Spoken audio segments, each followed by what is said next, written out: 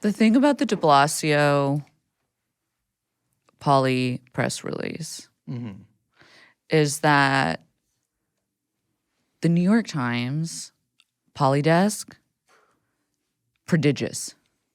It's good. They are on the Polly beat, and they have been for a long time. This is, you think, like a DEI kind of thing, or like? No, I just think that they cover it. They cover it well. It's a great subject. And the reason I know this is because in doing research for our episode, I spent some time in the old mines, the old coal mines, the old blogspot.com archives of polyinthemedia.blogspot.com. Polyinthemedia.blogspot.com. It's kind of an unwieldy. I love that you're doing a little. We've got a little capital A actor it's really here. good. Oh, and you know what? I already sent this to you. Polyamory in the News by Alan M. and Coffee Beans behind it. Wow, Poly is in the news a lot. They document all of it. Oh my God. And I gotta say, some of these archives, they go back to like 2008. This is really good. So what did you learn? Not much. Jeffrey Epstein. Jeffrey Epstein. Jeffrey Epstein. Jeffrey Epstein. Come in. Jeffrey Epstein. Welcome to New York City, the only city in the world where you can be the mayor and have two wives. Just kidding, that is permissible in some religions. My name, of course, the alpha of the pack, bisexual. I am married to both of my partners here. That's not the true. first of which is... No, we're not married. I'm Liz. Lizen in Sin, they call her. And of course, we are joined by our producer, but the thing he produces the most is sensuality, but also empathy, which I find to be two of the most important things in a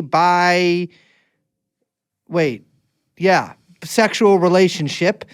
That I don't know is where you were going. I thought you were going to Young- say bicameral. I was going somewhere else with that, but just like kind of trailed off. Young producer, Young Chomsky, and the podcast is called It's called TrueAnon. Hello. Hello, and we all live in one little studio apartment with That's in New Jersey, but also we have another location right here in New York City. So, to get this out of the way, before we even start, Brace is bisexual. I am not bisexual. You might be. I might be. Have you tried? Maybe I haven't. No, but I So mean, you don't know.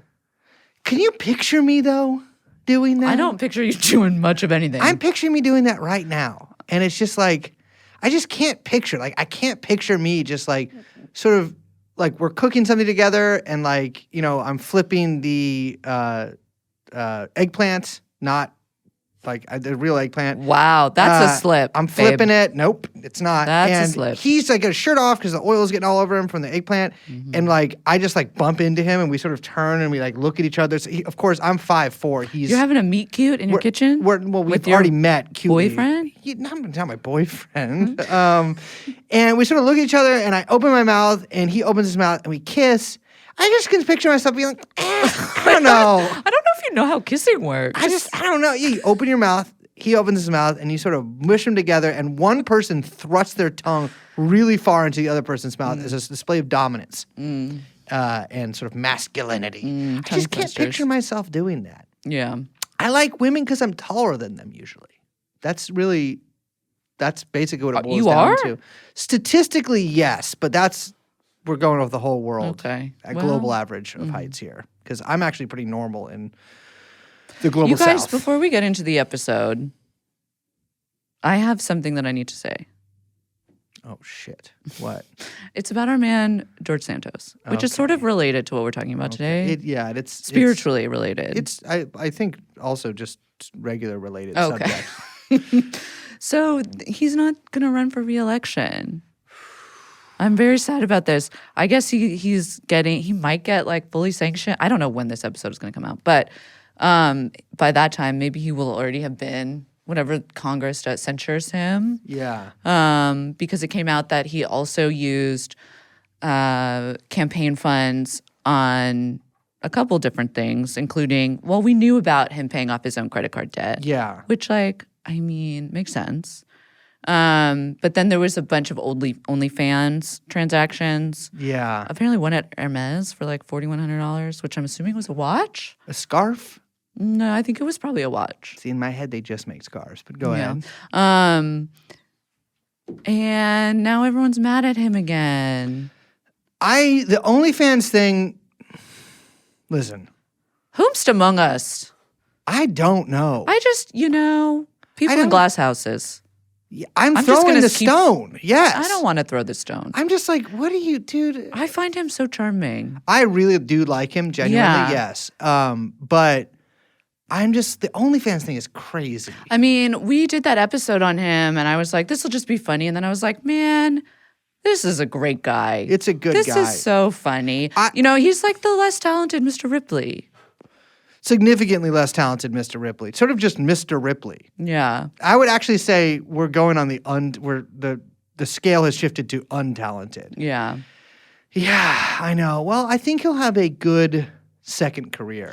Well, I was thinking that if maybe he could like change districts and appeal to like crazy nihilistic ironic Zoomers. Like, let's find a young district for him. Baby, that's so like like a basically city of just a babies. college campus. Yeah. And I don't know if he's Republican. They're I don't know if he's too Democrat. woke, He's I Confucianist. think. He could be Confucianist and Yeah. just be like all every, which also all the college kids are into, all every. That's part of the campaign. Pan. And he could say like, oh, elect me, I'll read Bin Laden's letter into the congressional record. Yes, yeah. And they'll Someone vote for needs to. him. I think what he should do, and I would never make this suggestion to anybody, so I want you to all understand the significance of what I'm suggesting here.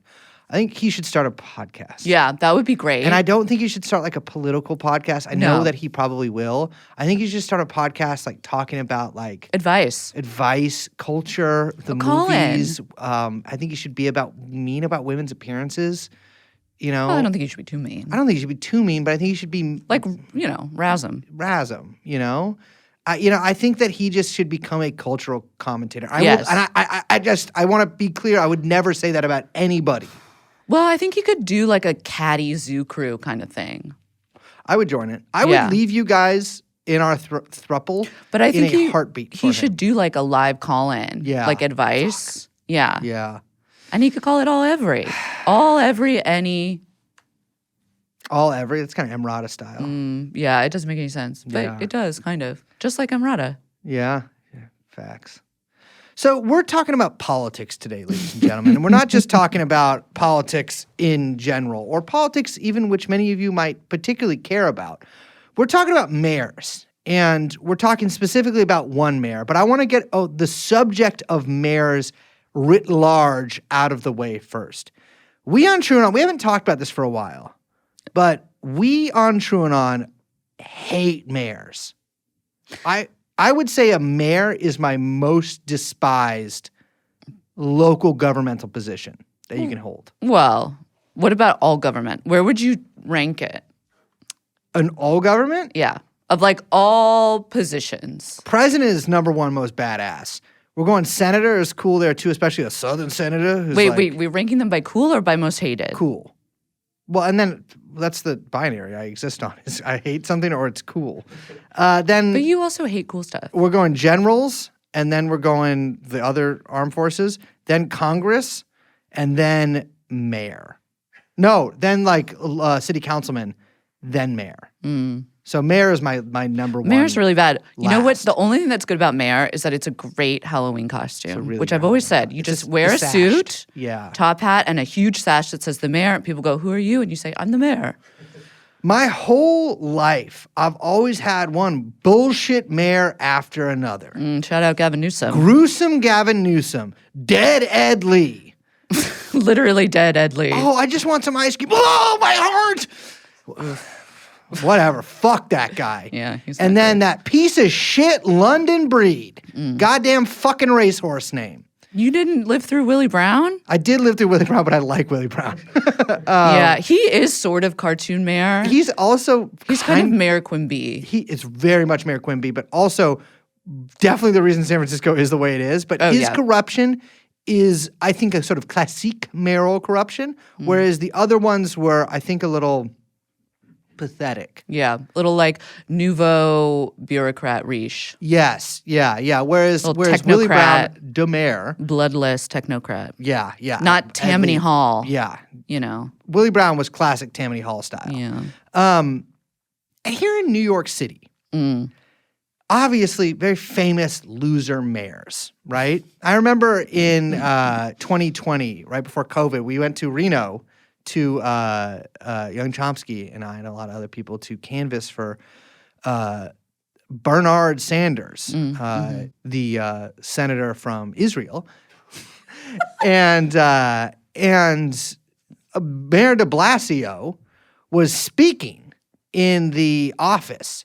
And I have never seen a human being more ignored. You know that little fucking meme? And it's hard to ignore very tall people. He's kind of ogre-like. Not ogre, no, like I'm trying to think of what fantasy. How tall is he? Too tall. He's a 5 for sure. What do you Meaning, mean? sorry, basketball position. Oh, I was like, no, he's a 5. First of all, he's an 8. No, but he's like up there, I think. He's tall. But nobody was paying attention. Bill de Blasio was essentially giving a speech to a room of maybe like 8 people. And like I was just going in there to drop stuff off, and I'm like, oh, it's like fucking Bill de Blasio. Yeah. It didn't even occur to me this is the mayor of obviously the biggest city in America, but like he's a pathetic figure. Doesn't really exude mayor. Doesn't have the mayoral presence required of the position. And you know, and of the city. his whole thing always was just like, it's pathetic. He was married to one of the women who was a signatory of the Combahee River Collective Statement, which is so funny to me. And then after he stopped being mayor, after everyone was very sick of him, even the like kind of progressive people, he and his wife announced that they are polyamorous. Here's what, look, this is not the first or the last thing I'm going to say on this episode about polyamory. This is what I will say. Stop telling everybody. Yeah. Why do you mean you got to make an announcement to the New York Times that you're polyamorous? No, you don't. No, you don't. Shut up. What do you, yeah, like, I don't, like, no one's Go like, away. following you around with a camera, bro. Yeah. No one's going to notice. It's just go away. Yeah. It's their whole thing gives me bad vibes. Yeah, but I don't like it. Bill de Blasio, of They course. feel like people who are too old to be content creators, but really don't know what else to do. I guess he's running for mayor of Ridgewood. Polyamorous. You see what I'm saying there? But I didn't like him. But you know, I'm a close consumer of the libtarded media, right? Sure. I'm out there every day. Morning, I wake up, triple monitor gaming style, like the long curved ones. Is that for gaming or for stock trading, Young Chomsky? So I have stocks on one side. Yeah. And I have live feed, like we're talking 538. We're talking Fat Pig Lazy Ass. We are talking Matt Iglesias. We are talking Every Substack. every Substack. Yeah. All the, Live feed McElvey's bedroom. Well, he'll come up later. But you know, I'm watching this. I'm like, who are we rocking with next? Who's the rising star in the motherfucking DNC? And so back in 2020, I'm out there. I'm nipple clamps on, electricity jolting me, and I'm watching stocks. One eye. I'm watching Nate Silver's fucked up. He looks like a wart. Yeah. His little No, he used to, disgusting. but I think that he kind of slimmed himself down a little bit. It's not even. It's not. Everyone just thinks of the sad frog face Yes. photo. No, it's just there is a. I've had a wart on the bottom of my foot. I had a planter's wart, and every time I saw it, it felt like I was dealing with Silver. him. Yeah, Nate Silver. So I'm looking at him, and he's declaring, "We have this guy in New York City who is plant-based." I'm sorry. Plant-based. That's sort of the word they came up with for vegan a few years ago. Okay, I'm listening. Who is both a police man and a black man, and who straddles the line betwixt the two, and who is sort of the answer to the like too woke progressivism, but also is able to is able to bring everyone to the table. Okay. And I'm like, He's the wow. synthesis. It's a synthesis. And, you know, I'm a guy who loves men. And I look at this fucking like, I'm looking at this guy. I'm like, I cannot wait to hear this interview. This guy is going to be so fucking good. And I hear Nate Silver interview this guy for 1 full hour. And he talks about his plant-based solutions to crime. He talks about his plant-based solutions to poverty. He talks about his plant-based solutions to the issue of policing. And I said, God damn, this is one of the, I genuinely think this guy might be retarded. And he's the mayor. Current mayor of New York City, Eric motherfucking Adams. Liz, what are we talking about here today? So here's the thing. Last week, as of today, which again, don't know when this is coming out, so maybe it was a couple weeks ago, or maybe it was a couple weeks in the future. Think about that one. Yeah. The New York Times reported that FBI agents approached his owner. No? No. How do you say Your it? Times is not mic'd, but we're both laughing right now. It's his honor. It's his honor. His honor. I say hisner. Hisner? That makes no sense. How it's spelled. Wait, oh, you guys are both wrong. It's his honor. His honor. Why would do people say his honor about the mayor? Yeah. You used But why? Because it's his honor, the mayor. But he's not honorable. Well, that's why they kind of changed it to his honor. It's sort of a tongue-in-cheek send-up. of Okay, that. anyway. It's a word. You can pronounce it however you want. I read it That is the ultimate truth of the situation. in the New York Post. The New York Times reports that the FBI agents approached Mayor Eric Adams outside and this is my assumption, Mayor Quimby-style kissing baby event. They asked his security to step aside. They went inside an SUV with the mayor and then, after presenting him with a warrant, confiscated all his electronic devices, 2 cell phones, and an iPad. Now, this came after the FBI did a sweep of one of his consultants' homes on November 2nd when Brianna Suggs, Brianna herself, 25 years old, Yes. former intern, been with the mayor's team for a long time. Since she was 17 years old. Yes. She's sometimes referred to as the goddaughter of Ingrid Lewis Martin. Ingrid Lewis Martin is the classic right-hand woman.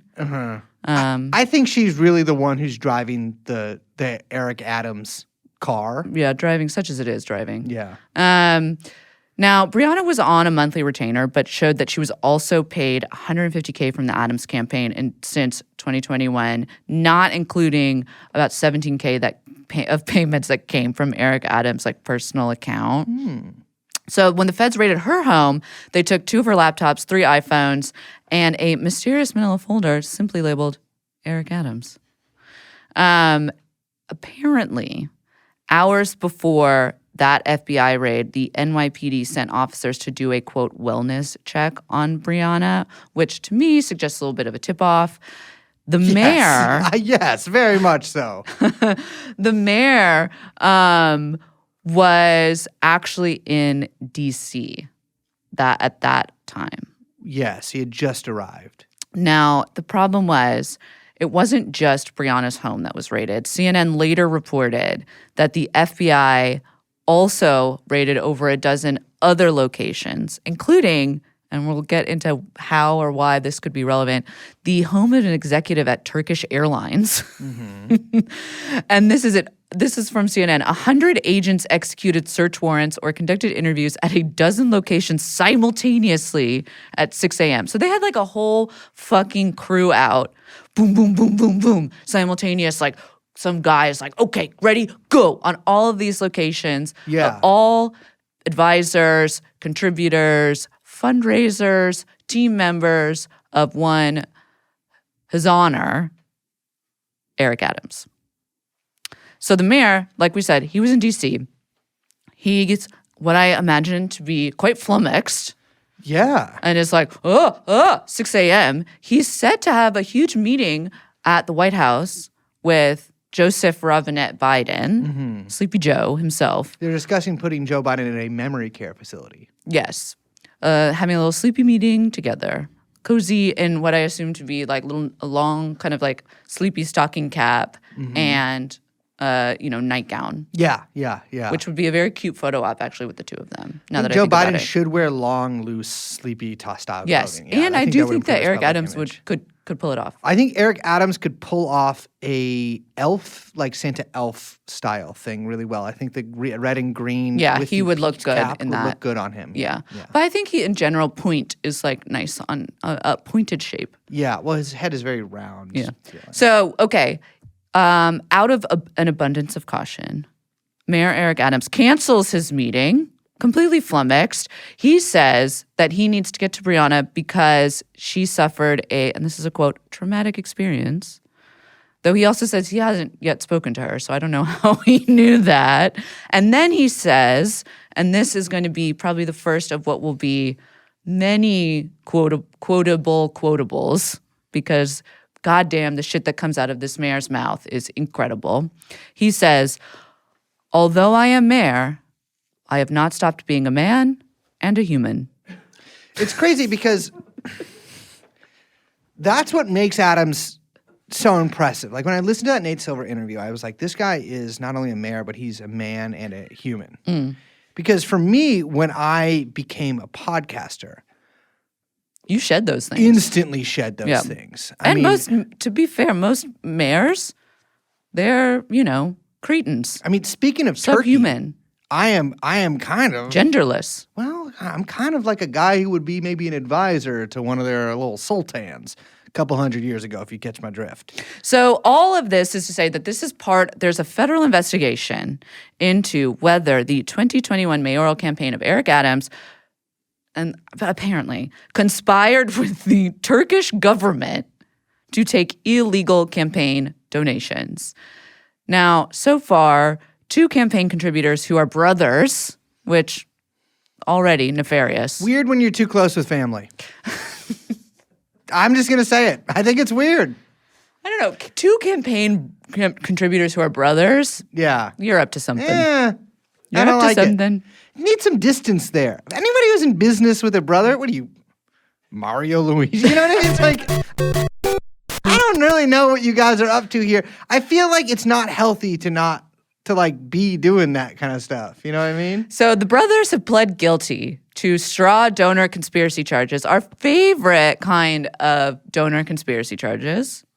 And an ex-buildings commissioner and Adams appointee has been indicted on bribery charges. There's more evidence of likely straw donor schemes that have been turned up from investigations. And yet the mayor himself, his honor himself, has escaped without being, quote, officially under investigation. God, this reminds me so much of London Breed when Mohammed Nuru got busted. Yeah. Her ex-boyfriend. There were all of these, and it's the mayor of San Francisco, it's current mayor of San Francisco, London Breed. Her ex-boyfriend was this like insanely corrupt, like almost in a charming way, Department of Public Works, like he was the head of it.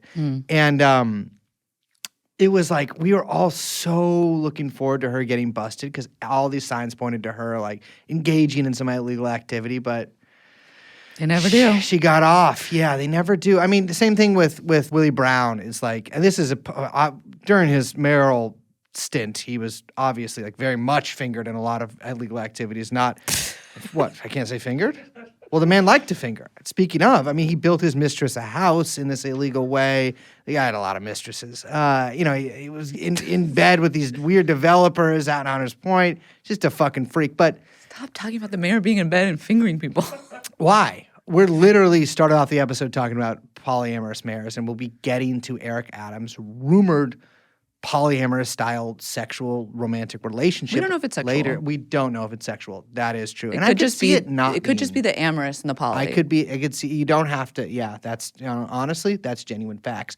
But I think that we have to look if we're to understand Eric Adams.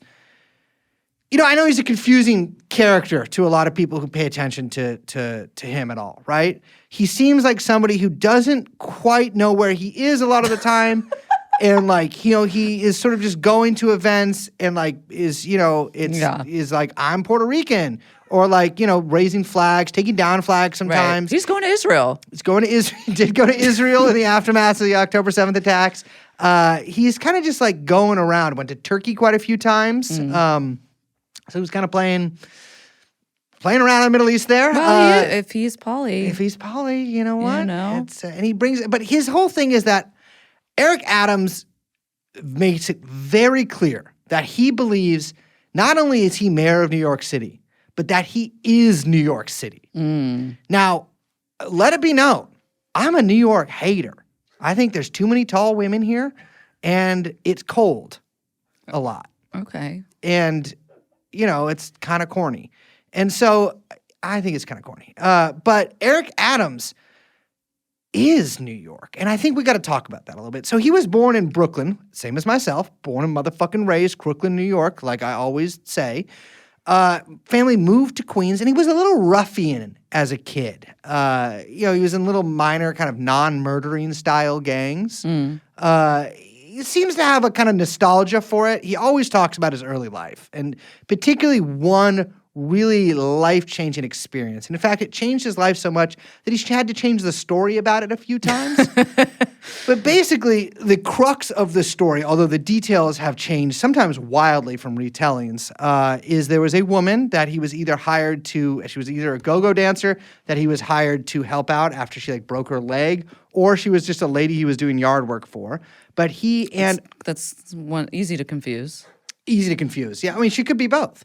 But he and another person, another friend of his, broke into her house when she wasn't home and took some stuff. They were busted by the police, and then they got kicked in the nuts and beaten in the basement of a police station. Now, I have had some bad experiences with police. Yeah. I have been hit by police officers. I've had a police officer put a gun at me in an alleyway and say he was going to shoot me. I did not come out of either of those experiences being like, fuck, dude, I should do that. Yeah. Eric Adams is a little different. He's built different. He is genuinely built, significantly different than the average human being.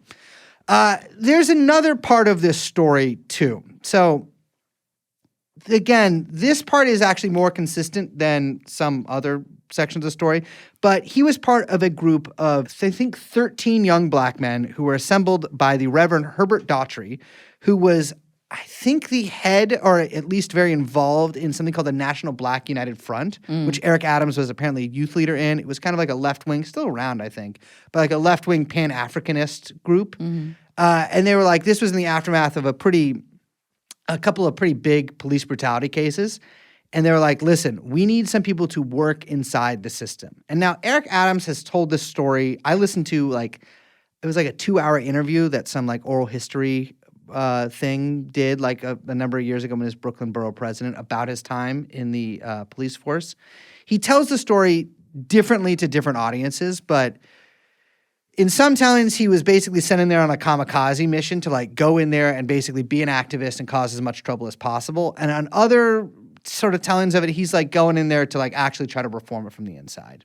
Those feel like two very different stories. Yes, but I think they might both be true in some weird way. Yes, I agree with that. Because it does seem like he got in there and he was really trying to stand up and cause some problems. I mean, that's how he basically says what he says himself that he was doing. But then I think he started to actually really like being a cop. Got lost in the sauce. Got lost in the sauce, which is one thing that we always say in the show. You can't do that, especially if it has to do with the police. Yeah, especially, yes. So he was like, I'll probably last a year. I'm gonna get kicked out, but he does like it. And he likes the attention, and he kind of likes being a rabble-rouser, important, and he was, honestly, in his own telling, he was decent at police work. I don't know if he was or not, but he says he was. So he joins this thing called the NYPD Guardians, which is a black advocacy group within the NYPD, and eventually became the leader. This is a sanctioned group by the New York Police Department. They you have to approve its charter. It's sort of like a college style affinity group. Fraternity within a fraternity. Exactly. So he's a transit cop for the first 10 years, and he also runs for Congress 10 years into his stint as a police officer. He loses very badly, and his opponent accuses him of staging a break-in in his own office. This is a classic local politics move, staging a break-in. I don't know the details of this story, and I know that happened. Absolutely. Same here. Same here. Yeah. That has Eric Adams written all over it. Well, I've just also encountered sort of similar things. I can't remember the exact circumstances, but there was something similar that happened in San Francisco. In fact, I think multiple similar things that happened in San Francisco. Sort of like dumb guy distraction move. Yeah, yeah. Well, it's always like a good. It gets you a certain amount of attention and pity, and it also makes like obviously the main culprit would be your opponent, and so Right. It's the thing is it's kind of hard to pull off, and it's such a played out move that I think people kind of like. Yeah, you need plumbers for it. Yeah, you really do. Well, that didn't work either. Wow. So he became known for these outrageous kind of stunts that he would pull in order to, get attention for internal NYPD political causes that he cared about. And eventually he splits from the Guardians to form one of the worst named organizations that I've ever heard of in my entire life. 100 Blacks in Law Enforcement Who Care. Never end your organization with who care. Who care? Yeah. Who care? He also refers to it in interviews as just 100 blacks, which I'm like, you didn't really, like maybe just keep the law enforcement part in. One of their first things that they did that also got them in trouble is they provided private security for Mike Tyson after he got out of prison. Now, cops providing private security for individuals was a pretty big thing in the 1990s. And then a especially. big scandal. A lot of big scandals. Yeah. And, that was a lot of different local forces. But he rose up the ranks, particularly, he filled out these little, what are they called? Tests. And he would, get promoted to lieutenant, sergeant, and eventually became a captain. Look at him. So he was Jeffrey Wright's inspiration for Commissioner Gordon on the 2022 film The Batman. That's crazy. Now, the Batman is the one. Is that the one with the incel Joker? I think so. No, he's the Riddler. Oh, Riddler. Did you guys see that? I watched it on a plane and fell asleep. So yeah, I saw I was watching it on the plane and it was like on the tiny screen and I was like, it's so dark and tiny and I couldn't see anything. It's like, do we need Is to Robert hear- Pattinson? He that is, it? which is weird. He doesn't seem like the Batman. But what's to weird me. is that I remember them referring to him as the Batman. And I was like, no, it's just Batman. Like, I get that the movie title is the Batman, but no one's like, hey, it's the Batman. It's like, no, his name's just Batman. I'm like, I think maybe to differentiate No one's like itself the from Superman. It's maybe Superman. some previous Batman movies. I think historically he is the Batman, yeah. In other movies, they call him Batman. That is, yeah, I think it's kind of interchangeable. But I think saying the Batman sounds fucking Batman bad. is if you're more familiar with him. The Batman, the is his Christian name.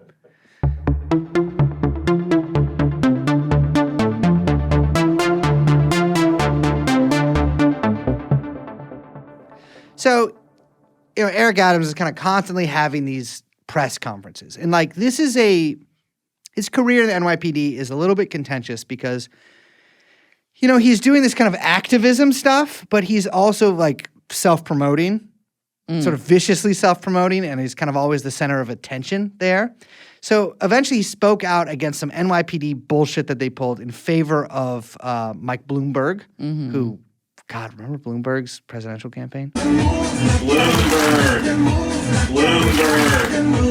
The NYPD declared a terror threat to help Bloomberg get out of a debate in Harlem.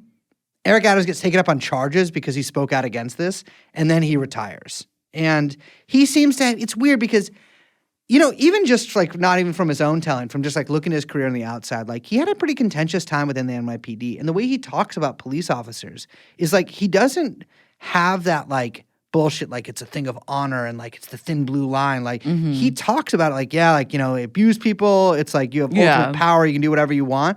But it's like he almost doesn't view that as a bad thing. He's just like, yeah, it's cool. You can do all this stuff.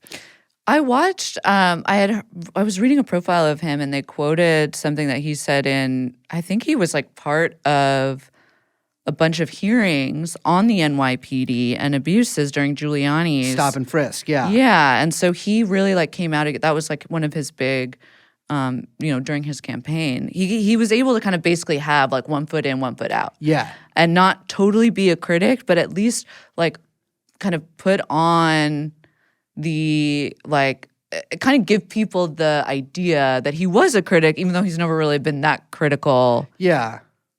recently. Certainly not recently. No, no, he is very much in pro police. So he gets out of the NYPD after like something like 22 years, and he immediately runs for state senate and wins. So this is in 2007. I have a question. Is it hard to win state senate? I don't know. Probably, right? Who is he running against? I don't know either. I mean, I read about it, but I can't think of it off the top of my head. It depends on the place. It's probably kind of hard in New York. I know New York has a very like weird, corrupt. Yes. Really every part of politics in New York State and city is corrupt, but the state senate is the same thing. So it's just, I think it's like depends on how badly you want real estate money. Yeah. And it's like you really got to be hungry for it. Well, he really wanted not just real estate money, all money. Well, one of the first pieces of press he got after he became a state senator is a little piece in the New York Times titled "Brooklyn Senator: Show me the money." Liz, can you read from the first paragraph of this?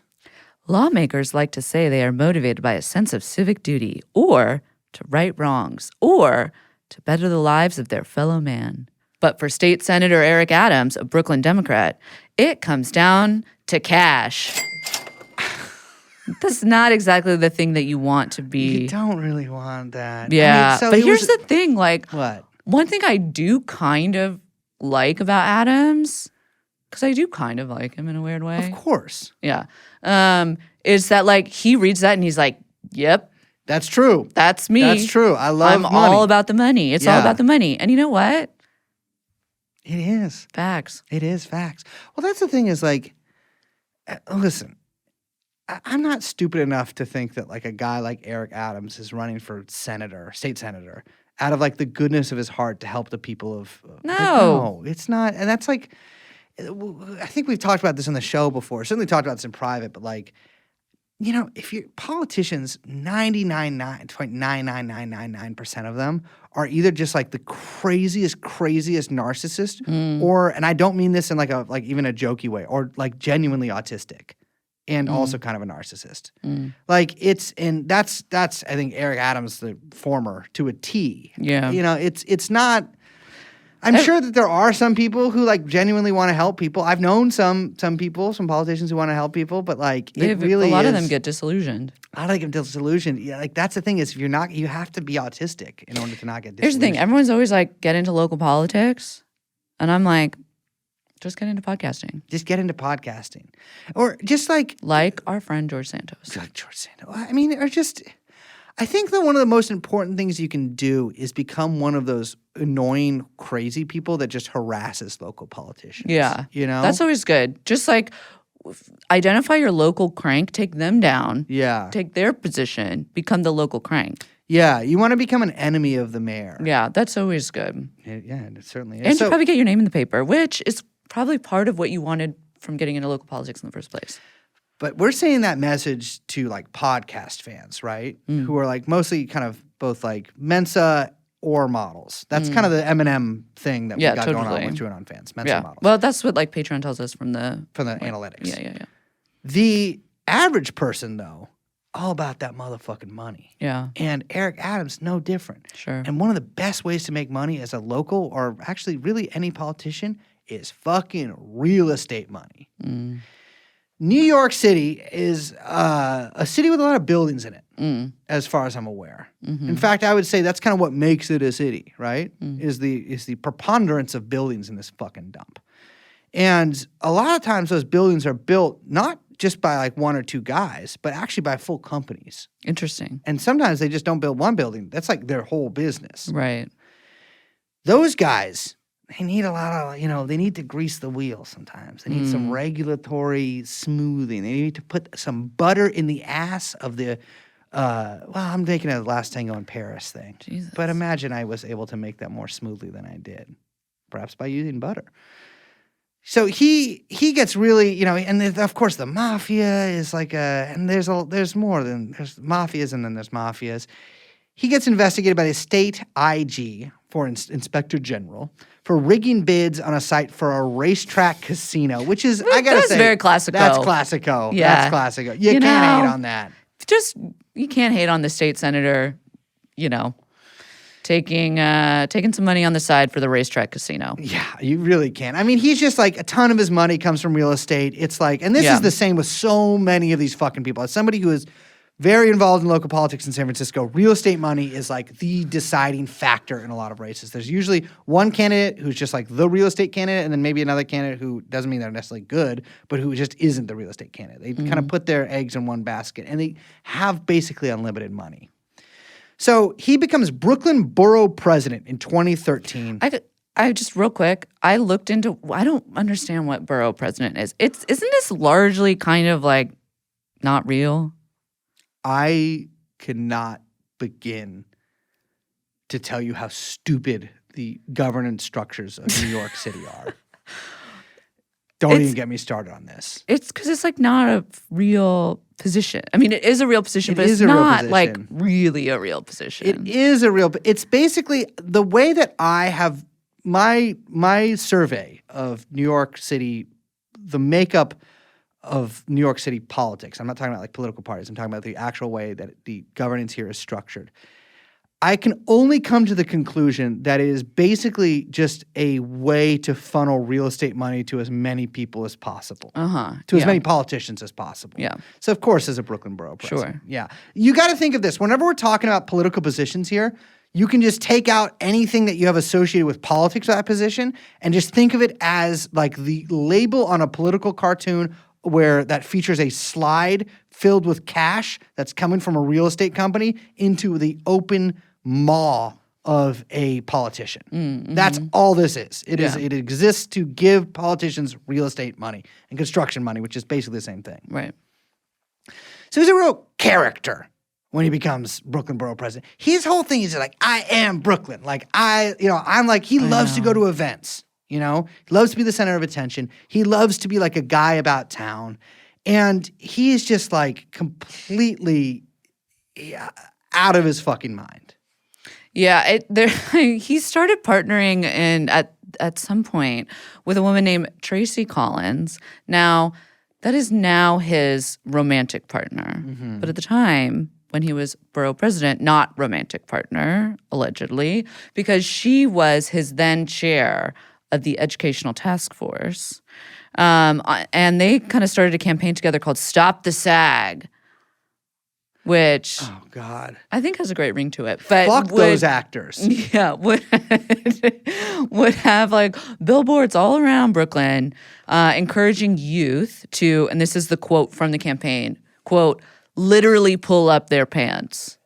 It's just interesting. I just find it interesting, right? I just find it interesting that like you're the mayor or Brooklyn Borough President and you go to a event and you can kiss a baby. And you can tell you got big scissors probably. Young boys to pull up their pants. Oh. Yet when I do this, a taxpayer, mind you, well, but ostensibly a taxpayer, I kiss a baby and bam, New York Post cover. I tell you to pull up their pants. Bam, someone's videoing me, the first male Karen. And it's like, it's this whole thing. It's just like this double standard, and I'm sick of it. Because I pay these people salaries. Well, two things. One, you should become mayor. Two, this was in 2010, so this was even before Zoomer Big Pants. Oh, so yeah. imagine now what he must feel going out on the streets and seeing all these big pants. Me telling like 22-year-old girls, stop wearing jean shorts. I think they're too big. I think your jean shorts are too big, and it looks weird. Not just that. Taking out billboards. I would love to speak to the very young women of this world and be like, the jean short thing is weird. It's gone too far. It's gone. Don't worry about it. It's over. It's winter. What are they going to do also, for winter, though? You know what? I'm going to tell you something. It wasn't really that big of a trend. It's a micro trend. Interesting that you would say this, but I hang out with a lot of 22-year-olds of ambiguous gender. And I can tell you that at the cool young people things that we do, what is it? Hyper pop? We do that. I'm going to tell you everybody there had big jean shorts, including me. I did that too. So a good way, check this out. I'm going to buy you some big jean shorts. If you buy me big jean shorts, I'm buying you a plot in a motherfucking tip-tap-tap. What is that? A graveyard. So one good way to make some motherfucking money if you are a local politician is to start. In fact, no, scratch local. If you're a politician. If you're a person. In fact, we should do this. We did. Oh, I haven't told you guys about it Okay, yet. well, we'll get to that. Is to start a nonprofit. Yes. Greatest thing, I love nonprofits. Me too. Because in your head, when you hear nonprofit, you're like, oh, they don't make a profit. Yeah. So, Here's the like- thing. You don't have to make a profit to make money. That is straight. Who's that? The guy who wrote all those companions to Marx, or the companion to Marx's Capital? You know, the famous guy. You know what I'm talking about? David Harvey. Okay. David Harvey right there.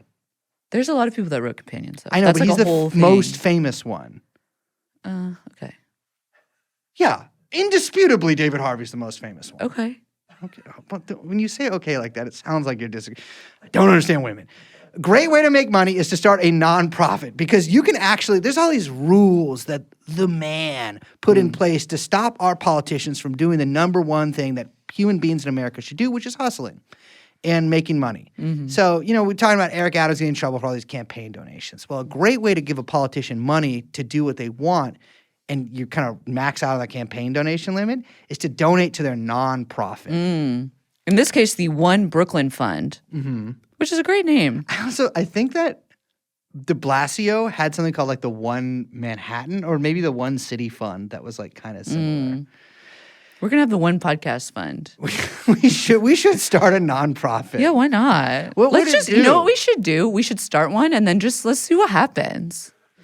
We should see what happens. Like, yeah. it's just sort of like, yeah, we started that and then let's see what happens. We do have we should I do We have like- all our shell companies we already. do have shell companies. People don't need to know about People that. don't need to know about that. And it's for And also, a good it's none of reason. your business. It's not, no. It's good IRS. reasons. It's good reasons. Taxes should be lower, and also we should be able to legally get paid in Bitcoin, and because regulations hasn't caught up, whatever. Well, maybe if we get Santos reelected, something we facts. can, work towards. So, the city, which is a great local site. I mean, they have I would say the best Eric Adams. The coverage. website, the city. The website, the city, Yes. not the city of New York itself, Okay. but the website, the city. Really great Eric Adams stuff. Yeah, they've got great coverage. Discovered that he had taken over $320,000 in donations from realtors who had business before the city. That's a good amount. Yes. Well, That's enough to kind of nudge the needle. Yes, a little bit. $320,000 is a lot of motherfucking money. So I looked through. The city also posted these New York Department of Investigations reports about Adams' use of the office of the Brooklyn Borough President for events. Yes. And it looks like he was just renting out the Brooklyn Borough President office to like companies and events who would just pay him directly, even though you can't. That would be like us renting out like. But what is this office? Is it nice? I think so. It's like Yeah. historic looking? I'm assuming it's historic looking. No, it's not even a WeWork, Liz. It's New York. It's historic. So it's in some it's like, oh, have your gala at the office. Just pay me. I don't know if we're rocking with gala level. Well, I don't know what they're, or like your offsite. You're offsite.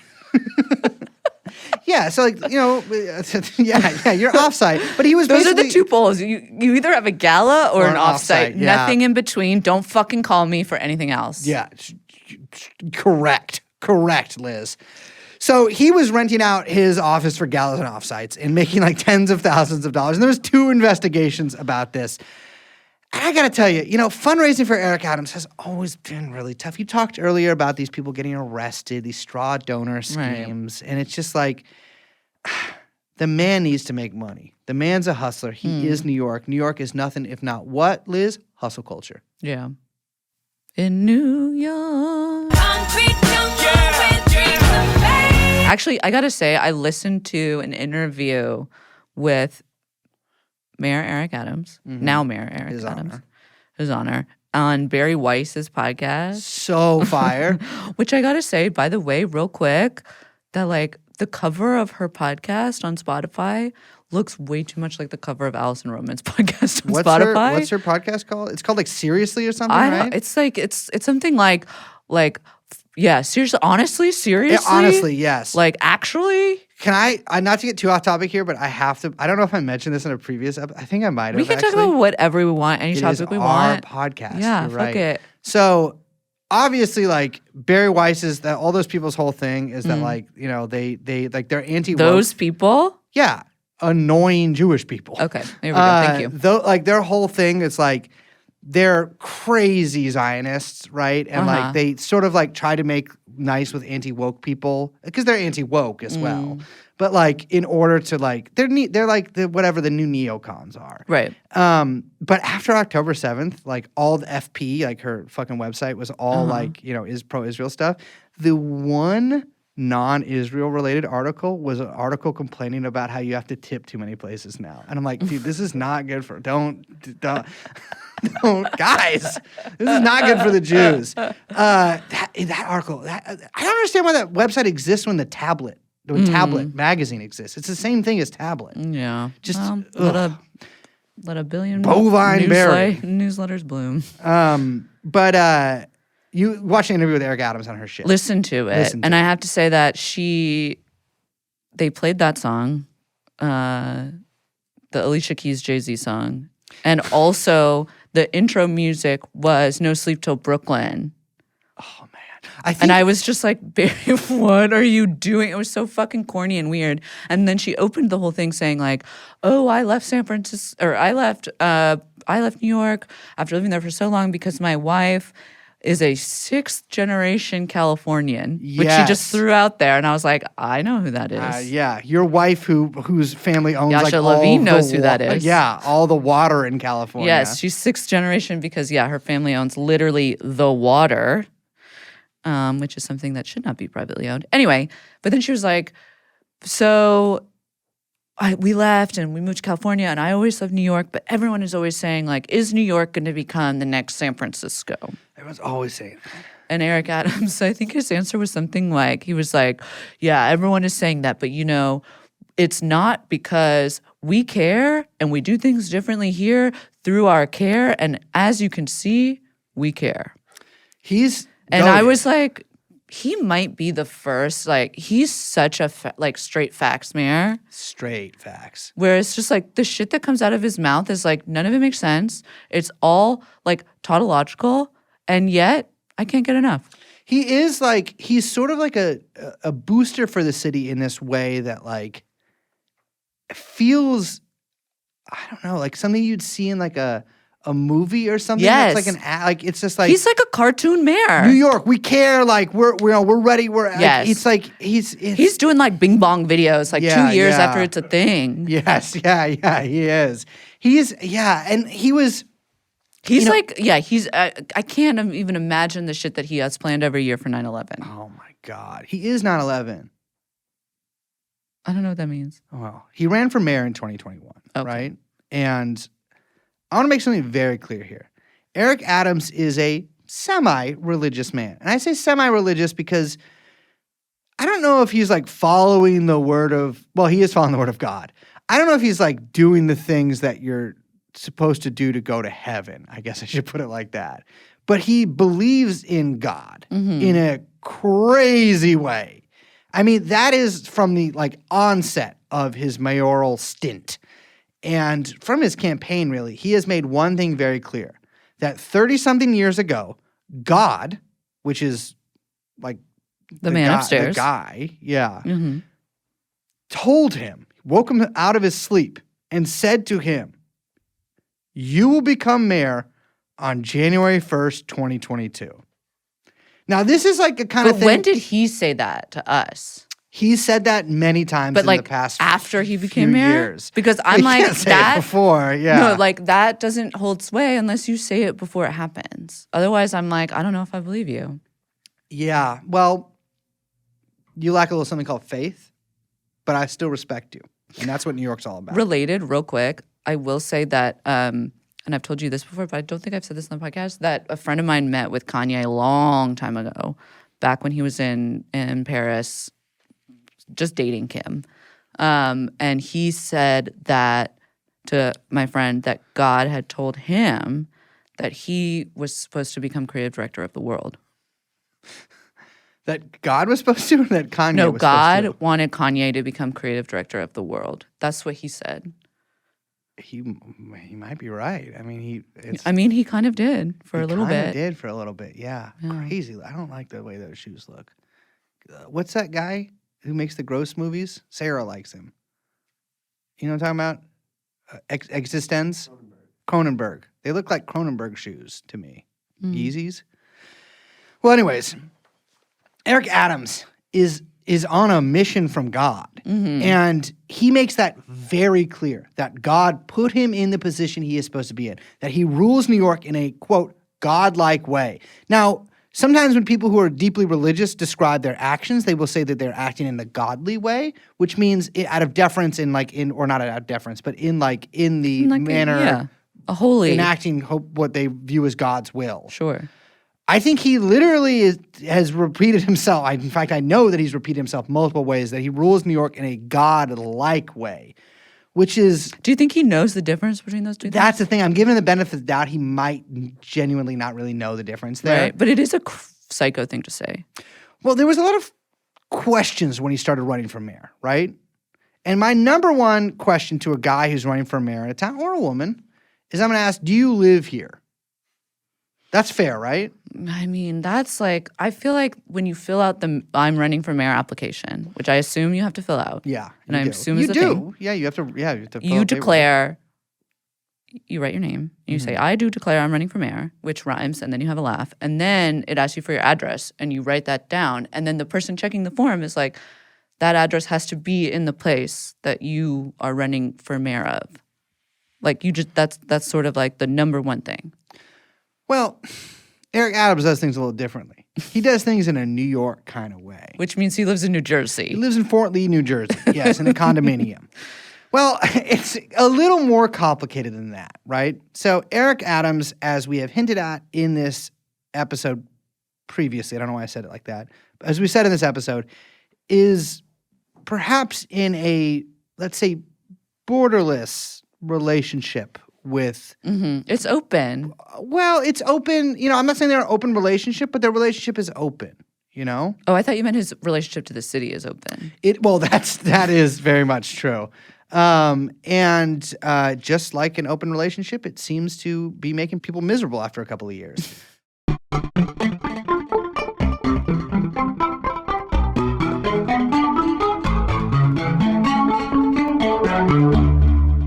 So Eric Adams said in a debate once that I am real estate, which is a crazy thing to say. That's like Safdie Brothers dialogue. I am real estate. Yeah, it very much is. Yeah. Oh, he would be.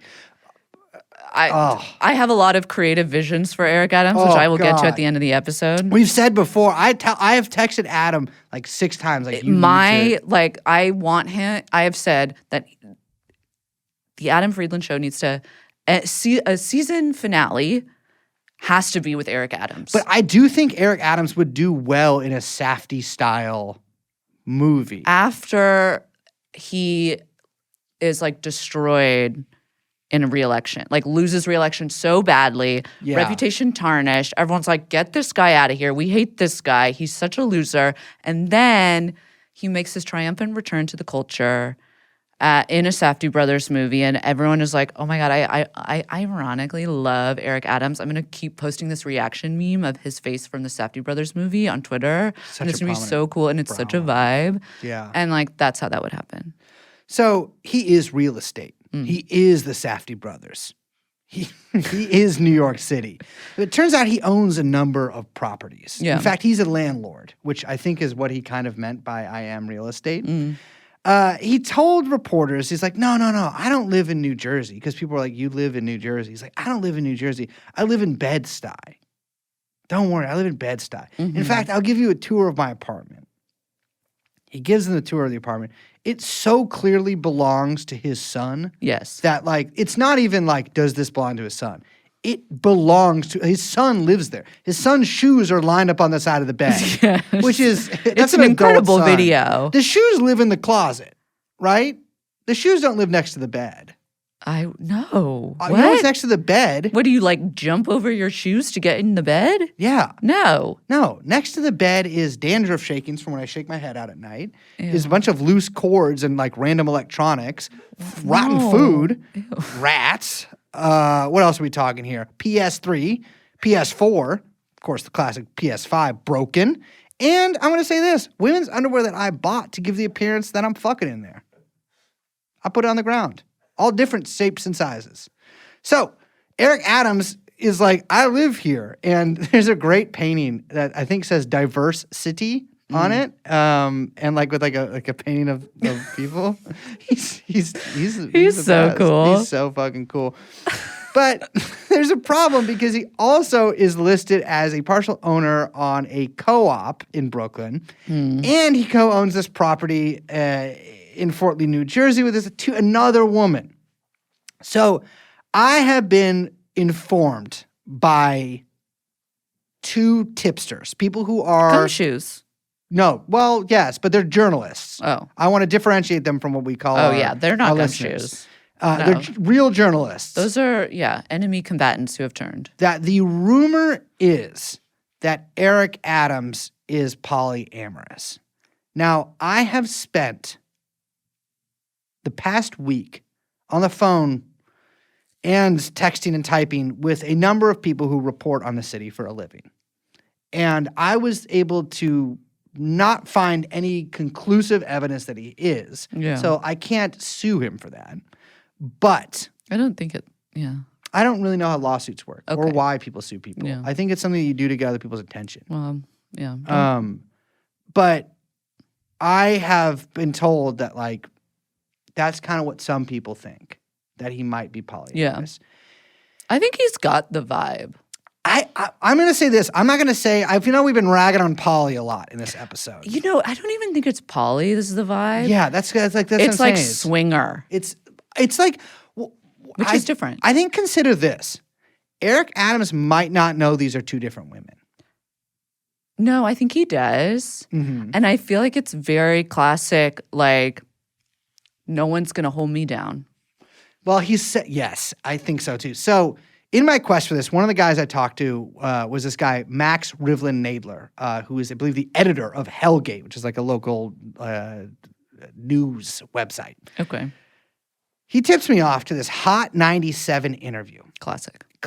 The transcript of which is on the mayor's official, like nyc.gov page. Now, Liz, who do you want to be? Do you want to be DJ Funk Flex or do you want to be Mayor Adams? I'm going to be Mayor Adams. I'll be DJ Funk Flex. Okay. Yeah, okay. All right. That was a shot. You healthy? I've never been married, so I can't give any advice. Okay, so you're single. Yes. I'm in a Congrats. real relationship. Oh, you're in a relationship. Okay, all right. So single, but in a relationship. No, not married, but in a relationship. That's a new thing according to what I was reading. Living together. Divorced, but living together. I think like we're in a whole new way of living now. Interesting. Yeah, he could be referring to a lot of things. Could be referring to a lot of things. Because there's is he referring to like a kind of like, Paltrow style conscious uncoupling? Well, Is he referring to a kind of just free for all? Everyone do their own thing, no questions, no answers? Is he referring to more of like what I would say the difference between there's like poly, there's swinging, there's the classic, like I said, no one's gonna hold me down. Mm-hmm. The difference between all of those is that I do feel like poly is like an identity. Yes. And the other things are more, swinging is an activity. Yeah. And no one's gonna hold me down is It's a mindset. Yeah, the Neverland mindset. It's a Neverland. Of the yeah. Is that what those Well, children were doing, Michael? not that Neverland. Oh. Jesus Christ, dude. What Neverland is I'm there? talking about men who won't grow up. Oh. Jesus fucking Christ. Well, he didn't get to grow up because people like you killed him. I don't mean Jewish people, I mean haters. Who? Jesus. Oh. So I'm going to go ahead and say this. I think that Eric Adams has the third of those. I think he has the mindset. I think he has the you're not going to hold me down mindset. Like, yeah, he like wants to be up in the club. he needs to be in the club. No, literally, he spends every night like at various clubs. Yes. And you know what? God bless him. God bless him. So we never got a straight answer on where he lives. Now he lives in Gracie Mansion. Yeah, we never found out like conclusively what the deal is. I would say that when he does make comments about his personal life, he's always like, I have always been intensely private about my personal life, which is like maybe, I don't know if that's like actually really accurate, like basically anything he says. But he did make this really weird brag while he was campaigning for mayor where he said, throughout my entire police career, none of my colleagues knew I had a son. Interesting. Which is like he was using that as evidence of how private he's been about his personal life. But I'm like, weird. That's weird. And also like, is that because you deny having a son? Like, were you just like, oh, that's not my kid for a while? Because that's a different thing. Because like neither of you guys know about my kids, who I don't love, but I take care of them.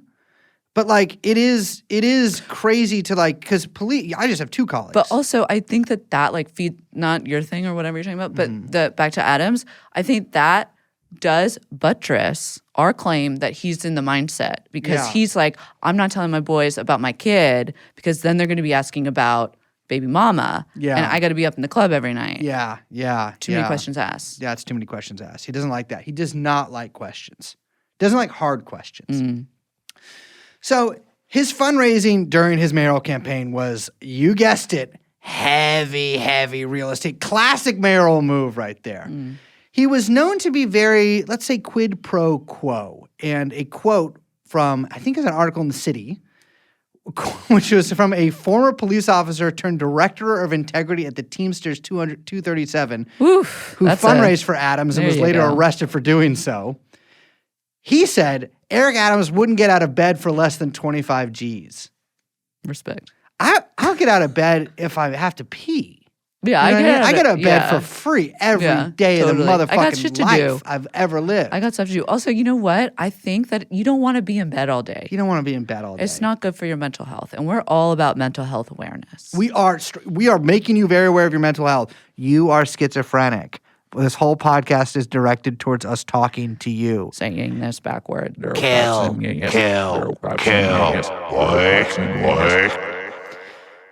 So he ran as explicitly the anti-DSA candidate, although the DSA wasn't actually running anyone in the race. Yeah, but that was like the move. Everyone was like, don't worry, I'm not in the I'm DSA. not in DSA. And all of our dumbass American middle-class voters are like, thank fucking God. So he thought, I think he might have thought Maya Wiley was in DSA. It's just like promotional. I mean, it's a safe bet if someone's a professor at the new school. I'm like, that's DSA to me. So he was very anti-defund the police. Remember when that was like a big political position that a lot of people took? I think, oh yeah. Defund the police? But people still talk about it all the time. The anti-people always talk about it. Yeah, because they didn't do that really anywhere. This is what happens. This is what happens when you defund the police. He barely won the primary, I think by something like 7,000 votes, and he was up in the general election against my favorite, who I actually do want to come on the show. I think a lot of our listeners would get mad at us because they'd be like, why are you platforming this guy or something? But it would be an incredible interview. Wait, who is this Curtis Sliwa, the head of the Guardian Angels, the beret guy. He lives in this is really why I want to interview him. He lives in a studio apartment with his wife and 19 cats. Honestly, though, that is just that's like the flip side of Eric Adams, New York. That's true. And you know what? That's why it's the two candidates. It's just crazy because like Curtis Sliwa kind of like, every so often he kind of becomes like a national media figure. Like he'll get interviewed on like Fox or something like that. And it's just like, I just picture him like going to a studio and then like going back to his just piss-soaked apartment. 19 cats. That's dude. so disgusting. I've only ever lived with 2 cats at a time, and I hate cats. You hate cats? I know this is gonna break some people's hearts, and I don't give a this fuck. Is a crazy I'm gonna come to out say right on the now. podcast. You know what? I'm coming out. I don't like cats. You think I'm gonna say this with love. I'm gonna say this with love to our listeners. You're like, I'm so lucky. My apartment. I'm the one. My apartment doesn't smell like cats. It's incredible. Your apartment smells like cats. Wow. I do not. I can't live. I want a cat, but my apartment would smell like cats. I can't live where like an animal going to the bathroom inside. Not for me. Also, I love dogs. Liz does love dogs and makes us stop on the street to look at them. So that is, I will say that. I will say I do the thing. We're walking down the street and I'll go. And you'd be like, what the fuck? And I'd be like, look at the dog. So many women in my life have done this. It's like if you're Also, if you're a dog owner and I am like clearly looking at your dog and be like, Listen, oh my Liz God, look complains at the about clown constantly. face. He's so cute, blah, blah, blah. And you just walk away from it and you don't acknowledge that I am acknowledging how adorable your dog is. Get the fuck out of here. This is the third time Liz has complained about this in as many weeks. But not on the podcast. Not on the podcast, but in person. Oh, there's lots of things I complain to you about, but That's the true. listeners don't hear. Well, enough about the people that Liz thinks control Hollywood. Sliwa runs against him. Doesn't really work. Everybody loves Eric Adams and his plant-based solutions. I was not pulling your fucking leg earlier. He went on Nate Silver's podcast. It was, didn't correct you earlier though, wasn't it? Ezra Klein. You're right. Oh, fuck. Dude, who's Nate Silver? 538 Wait, guy. who's Ezra Klein? No, that is Fat Pig Lazy Ass's other guy. Vox. Yeah. But is he out there? He's still rocking there? Yeah. What's his deal? Ezra He's- Klein. No, he's at the New York Times now. Ooh. Isn't he? That's Opinion guy kind at the of Times? crazy to leave the place that you founded for the New York Times. But didn't they get bought? I don't understand. You know Who what? gives a fuck? I don't want to fucking know. Yeah. Get it out of my brain. Fuck you. I didn't even realize he existed. I thought he was a different guy until just now. Yeah. You're right. He went on Ezra Crimes podcast. And Klein is a vegan idiot, but he's an actual vegan too. And he's like excited that because Eric Adams hasn't released like a biography. He has released a book. I will write it. Yes, he will. He has released a book Oh, it'd claiming be so good. that veganism cured his diabetes, and maybe it has. I think Eric radically Adams, changing. please let me be your ghostwriter. Please let Liz be your ghostwriter. Fuck it. Add her in the motherfucking throuple. No, I don't Make a want to do that. quoople. Make a quoople. Oh, a A quoople. A quadruple. That's a Cuomo. That's a Cuomo thing. Oh, man. Oh, don't get me started on those brothers. That's another example of weird brothers. Yes, You know I told what? you that the Baldwins of New York politics. Yes. Oh, see, that's what I'm saying. I think siblings are weird. Having them is, but I it's, feel like the Cuomos and the Baldwins together would be like explosive. I just think if you're in the same business, and not it's just because weird. Alec has got the gun. Yeah. But you can't blame him. But I do. I think you can. You can, I can't. It's not his fault. Well, I but think don't, it's hard for me to say it. The family does. I mean, get some money. I'm just saying that's a bad situation. Fuck it. Blame Alec Baldwin. Who cares? What am I defending Alec Baldwin for? He's a murderer. It's fine. Actually, Yeah, I don't think he is. no, he's not a murderer. He's not a murderer. Don't sue me. But I just don't. His deal pisses me off. He reminds me of Pierce. They should do a Morgan. family feud Piers with the Morgan. Baldwins and the Cuomos. Yeah. Fucking. They could call it Bing Bong. I'll fuck each other. So Ezra Klein is sitting there like, oh, Eric Adams, tell me about, and they start talking, they start rapping about plant-based solutions to food. And Eric Adams famously also is not a vegan. He claims to be a vegan. His whole thing is veganism. He's not a vegan. He eats salmon not just like once in a while. I think he eats a salmon fillet every single night. But that's the thing. Plant-based doesn't mean you don't eat meat. That's true. It's rooted in plants. No, but that's the whole thing. It was like you could just be like, oh, the emphasis is on plant, so it's plant-based. Oh, really? But like sometimes I have meat. It's just not meat-based. I'm going to say this. But I don't know think who's to the having a layman, they meat-ba- think that well, means vegan. Jordan Peterson, meat-based solutions. That's crazy. Can you imagine the dumps?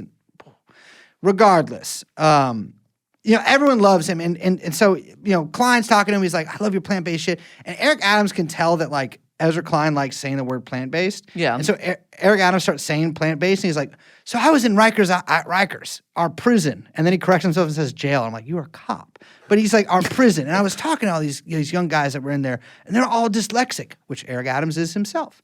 And he's like, my plant-based solution to crime is dyslexia screening in the 3rd grade. Wait, does he think that criminals are dyslexic?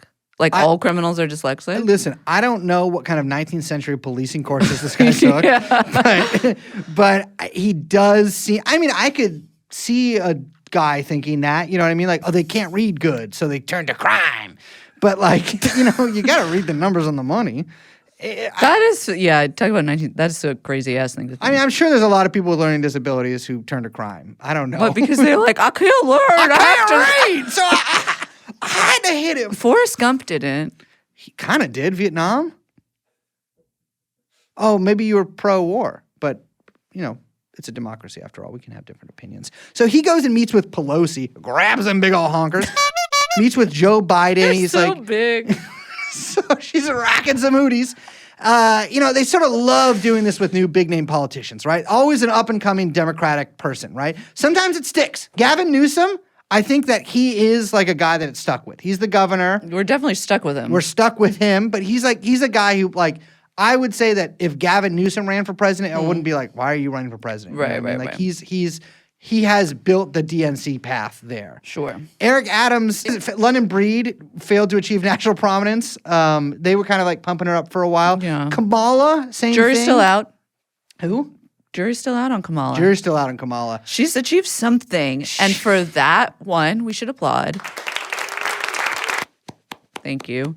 Two, we should thank her. Mm-hmm. Three, we should get excited for what's next.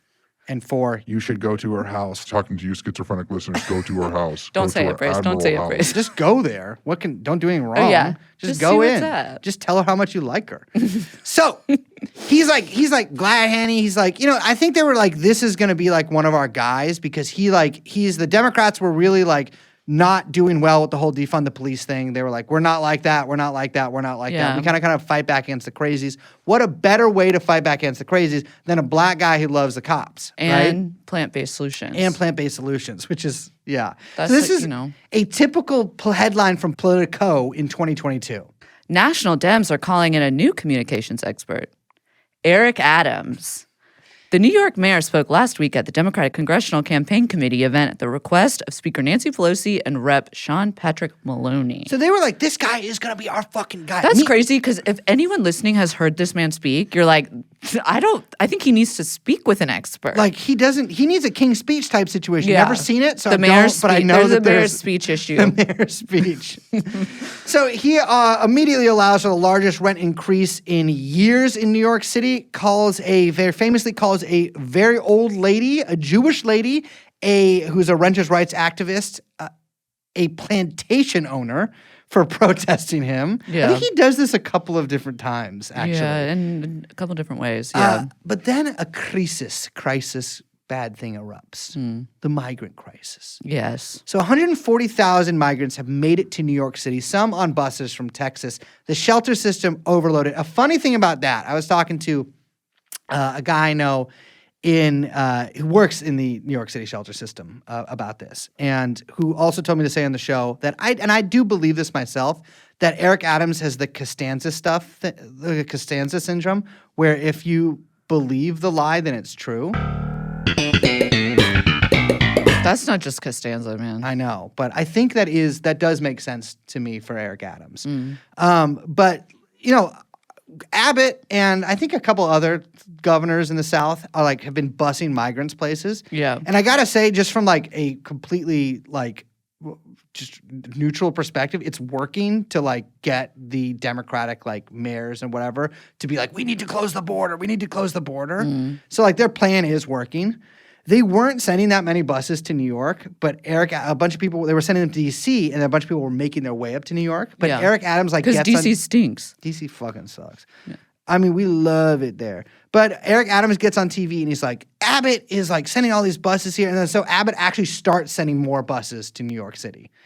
This is like a huge, like big thing for Eric Adams to deal with. He's like, freaking out. Yeah. He sent one of his lieutenants down to a shelter to beat the fuck out of some people. He is just like losing his shit.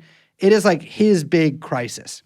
So actually, I think it was just yesterday he announced cuts to like a ton of shit, especially the libraries, which I think he's been trying to cut basically since he got Yeah, in he's like office. closing all the libraries on Sundays, which is just Fucking insane. Yeah. But he is like cutting all these essential services. I think part of this is to basically build like people on his political, of course it is. like, you know, on his side. On to his be like, we flanks. need to fucking get these migrants out of shore here. up. Yeah. But then he goes down in an attempt to deal with this. He flies down to D.C., but his visit is cut short because of the raid on Brianna Shug's house. Yes.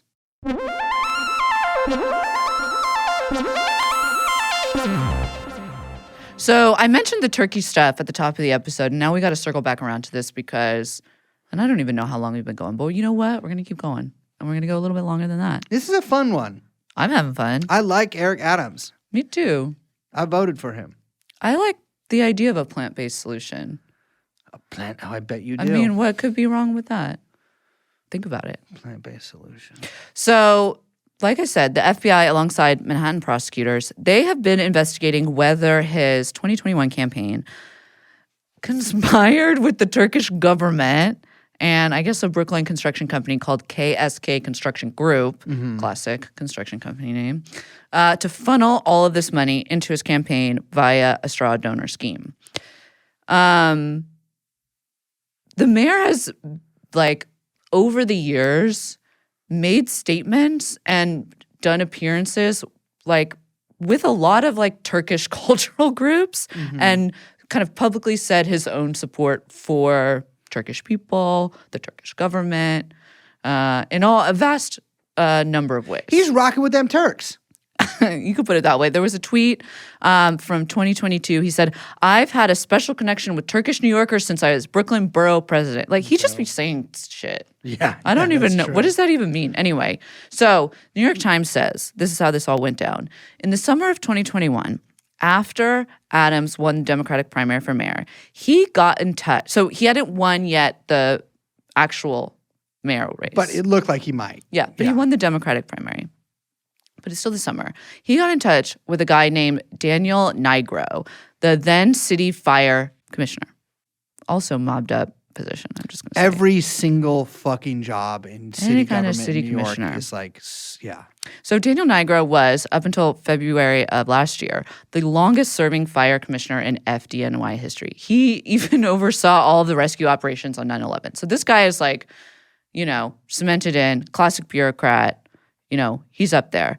Adam texts him and is like, "I want you to let the Turkish government occupy the Turkave Center," which is a new $300 million consulate building that was under construction.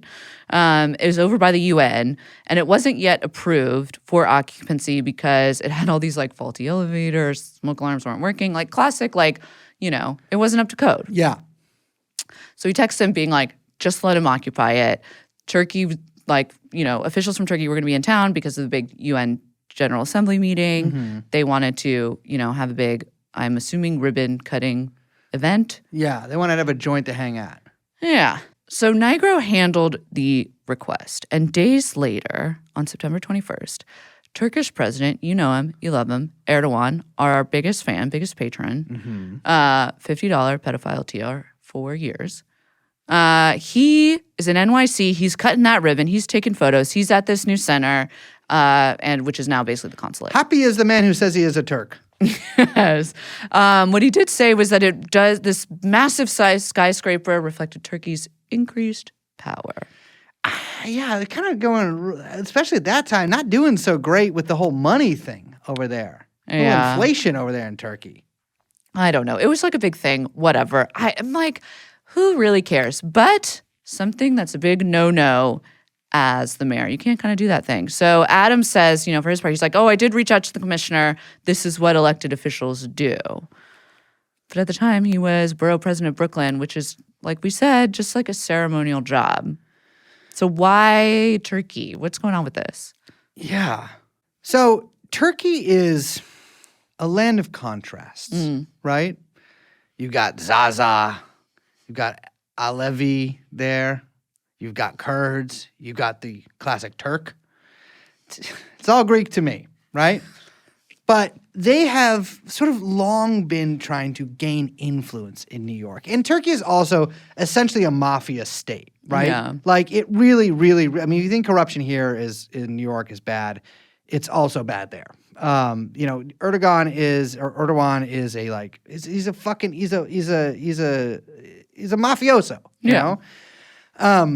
And they've been sort of enacting these influence operations. There's been some sort of famous cases of that, Michael Flynn, and really sort of clumsily trying to do these I don't know what you would call it, but like pay off people. One of the people they're trying to pay off is Eric Adams. And one of the ways they try to do this is through this thing called Bay Atlantic University. So, sometimes when you're walking around, you see like a college that's just like in a storefront. You're like, is this, like, what is you learning in there? Yeah, it's a front. It's a front, right? Yeah. So I was looking into this place. This is a DC-based university that gave Adams some fucking money. Yeah. In which he's an honorary professor of. They have a sister school in Turkey. And I was looking at it. And I Wait, was I'm like, sorry. He's an honorary professor at this college? at the Bay Atlantic University, correct? Yes. Oh my God, that's they crazy. They have a very small, I'm going to say a couple dozen people maybe work there. Okay. It's in a very small building. They have a dorm about 4 miles away, and I was looking at pictures of the dorms that they advertise on the website. And I'm like, this has to be either like a way for intelligence agents from Turkey to come over here and have like a cover, or it's literally a scam ripping off people looking for visa. Why not both? Why not both? The dorms that they have there, like obviously in dorms, like there'll be 2 people often, sleeping in beds across from each other. It's not fancy. I've never lived in a dorm, but I did when I was 15 sleep on the floor of a dorm and saw 2 people fuck and realized that sometimes breasts have veins on them. So I was looking at this and it's like, these are not like, it's like 5 people crammed into like a room. And it's like, it's so clearly. There's like, a lot of these kind of like visa scam university. Yeah. So he's Remember we talked about some of this on the Gio Tolentino episode? We did, yes. So he's like a professor at a visa scam university. They gave him a bunch of money and he visited Turkey like 6 or 7 times. I think since 2014, which is fucking insane.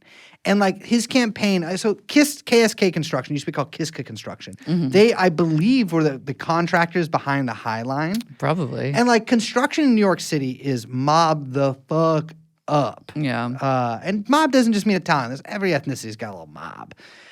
And so what it looks like here is that like not only is the Turkish government trying to engage him not very well, at least engage his campaign and like funnel some money towards his campaign. It looks like, I'm going to guess here, probably some organized criminal syndicates behind the construction companies and probably behind this school as well are trying to funnel him some money. Now, I don't allege any of this. It's all been alleged by others. This has all been alleged by others. This is just something that I'm joking about. I don't know if this is true. But I would say using the science of history, we can kind of guess what's going on here. Well, it's funny because speaking of history, with all this being said and after going kind of through Adam's biography here, I mean, the guy is like corrupt too. I mean, he literally said, I won't get out of bed for my, you know what I mean? Yeah, It's a joke. But the likelihood of him actually ever being under official investigation or even it going further than that and like getting kicked out or being in a trial or anything like that, no, not going to happen. Not going to happen. I don't think so. Hopefully we curse ourselves and are wrong publicly because he does. But yeah, I don't think it's going to happen. Well, the thing is like almost every New York City mayor has been the target of a corruption investigation, literally, including Giuliani, Bloomberg, Dinkins, de Blasio. You know him, you love him. All of them, one, corrupt as hell, but also investigated for it. However, only one mayor resigned while under investigation. Jimmy Walker. Didn't know that was a mayor, but it was. But even then, he was never even charged with anything. He just resigned because of embarrassment. And no NYC mayor has ever been charged with anything in the past, 150 years, which is crazy when you think about how fucking corrupt and insane all of these mayors are. Yes, absolutely. Right? I mean, I think Giuliani might get, he's obviously been charged, but it wasn't with mayoral corruption. No. It's always lower level staffers that take the fall. And the system is kind of built that way, right? Insulated, yeah. Sometimes it's enough to get mayors out of office through the voters, but it's never in any kind of actual police capacity. Part of this is because it's really difficult to prove that someone is making direct personal profit off of a decisions that's made, the quid pro quo that's made. You have to basically have it rock solid that someone personally benefited directly, and that's really, really tough to prove considering all of the hoops that people go through to conceal these things. Like de Blasio, when he was hit with similar investigations, it was all the, bad fundraising ethics, quid pro quo, the whole thing, like real estate developers, lobbyists, restaurateurs. Nothing really came of it, right? He didn't resign. I mean, he gets unpopular, but he doesn't resign. Yeah. Ed Koch also got hit, or his like inner sanctum kind of did. This was like a pretty crazy story because there was like multiple corruption probes into all of these different Koch allies, politicos, bosses, whatever. And one was in particular this guy who was the Queens borough president, right? Great job for corruption. This guy named Donald Maines. Now, Maines asked Koch to appoint his close buddy, Jeffrey Lindenauer, another classic name, who was the deputy commissioner of the Parking Violations Bureau, which I love. New York City, runs on parking violations, as, many cities do. New York City especially, though. But Lindenauer was a bagman who would basically pick up the bribes from various companies that were always, skimming off the top of the parking ticket business, I guess, and then split the money. I mean, quite literally, like physically, they would split the money in the bathroom of Queensboro Hall. So sick. Which is kind of cool, yeah. But in '86, Lindenauer pled guilty and started cooperating with the feds on an investigation. And days later, Maines stabbed himself in the heart. Elliot Smith style. Yeah, Elliot Smith but style. before him. Wow. Yeah, he was the prototype. It's interesting. Like, I feel like so much being mayor of New York is like classically a cursed position. But there can be so much evidence that, there's been a few like high profile city mayors that have been arrested in the past like 20 years or whatever. Nashville. That's not a top city. Philadelphia. It's not a top city, but Don't tell Nashville. they're not going to notice. They don't listen to podcasts. They're busy listening to country and western. It's just it's so funny because like there's video of Eric Adams in like a Turkish movie. You guys are from Turkey. Brooklyn loves Turkey. Brooklyn is the Istanbul of America. We love your food, we love your music, but I don't understand Turkish. We can take a selfie though. Talking about like bribes and stuff like that. And it's just like, nothing's going to happen to him, But you know what? I don't want anything to happen to him. I like him just the way he is. I love him just the way he is.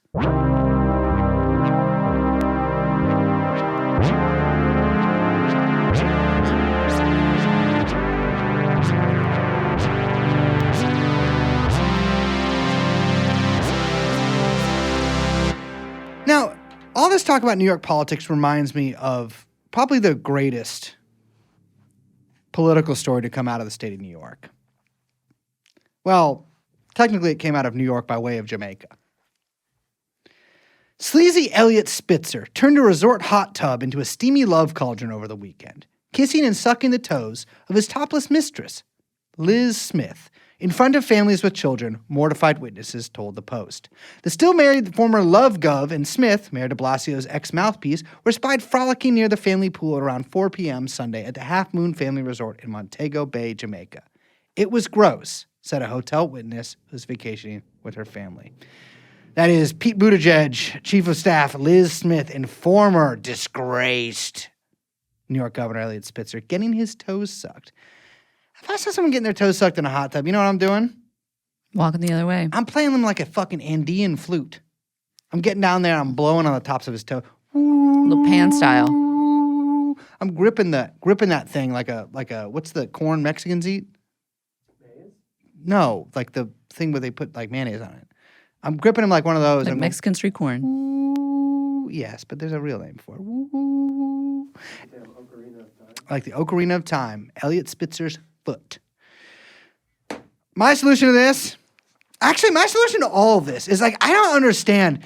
Listen, I feel like I'm a normal guy, right? I want a country and I want a system and I want a city that functions normally. I don't know how you can look at the way that mayoralties are set up or that senatorial positions are set up or a Congress is set up and think that this makes any sense. Well, my thing is that I think Eric Adams is so funny, and I want if we have to have a mayor, he should be funny. He should be funny. Yeah. And I don't like that he's doing all the stuff that he's doing. In fact, I think all of it's really bad, but also he's very funny. And I'm worried that he might not get reelected and we might get someone more serious, which would not be very funny. And so what my solution is that if he needs a new fundraiser, you know who's ready off the block?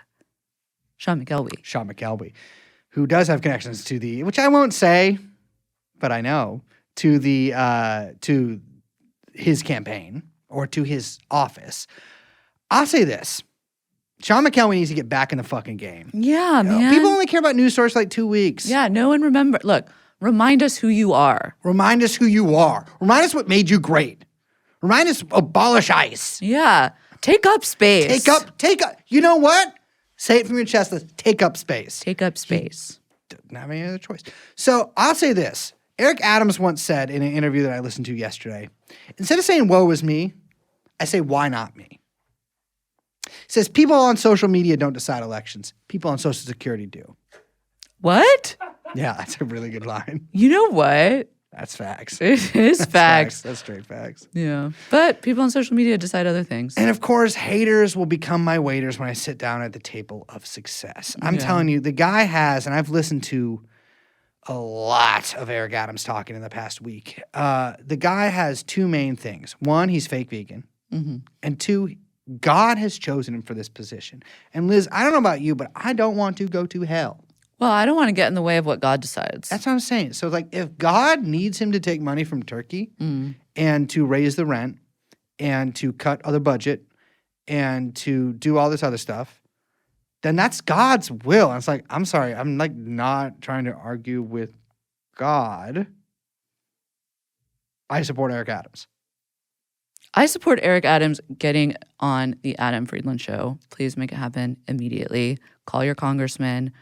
Use the fax machine. That's like really good right now. Mm-hmm. Use the fax machine. Say, we need Eric Adams on the Adam Friedland show. And also, get off of George Santos's back. Get off George Santos' back. And I think New York should have a mayor with big boobies. What if George Santos became the mayor? I would. We're not there yet in terms of like become like an Amazonian guard for him. Yeah. I would kill for Santos. Just kidding. But am I? I would die for Santos. That's a better way to put that because that kind of implies both. I would, yeah. I love him. I think all politicians should get one level higher. Yeah. Like, I think if you're a Congress, you should be in Senate. And I think if you're the senator, you should be the president. That's what I think. I think there should be more presidents. It does. I think there should be 2 presidents in every state, and they kind of have a council of presidents. I think it's more democratic. All right. Let's close this bitch out. My name is Liz. My name, of course. Brooklyn Borough President, born and raised here in Brooklyn, New York, just like Spike Lee, just like Mickey Mantle, and just like, you know him, you love him, Goebbels. We have with us, as always, producer Young Chomsky, and the podcast is called... It's called TrueAnon. Bing bong! See you next time. Bye-bye.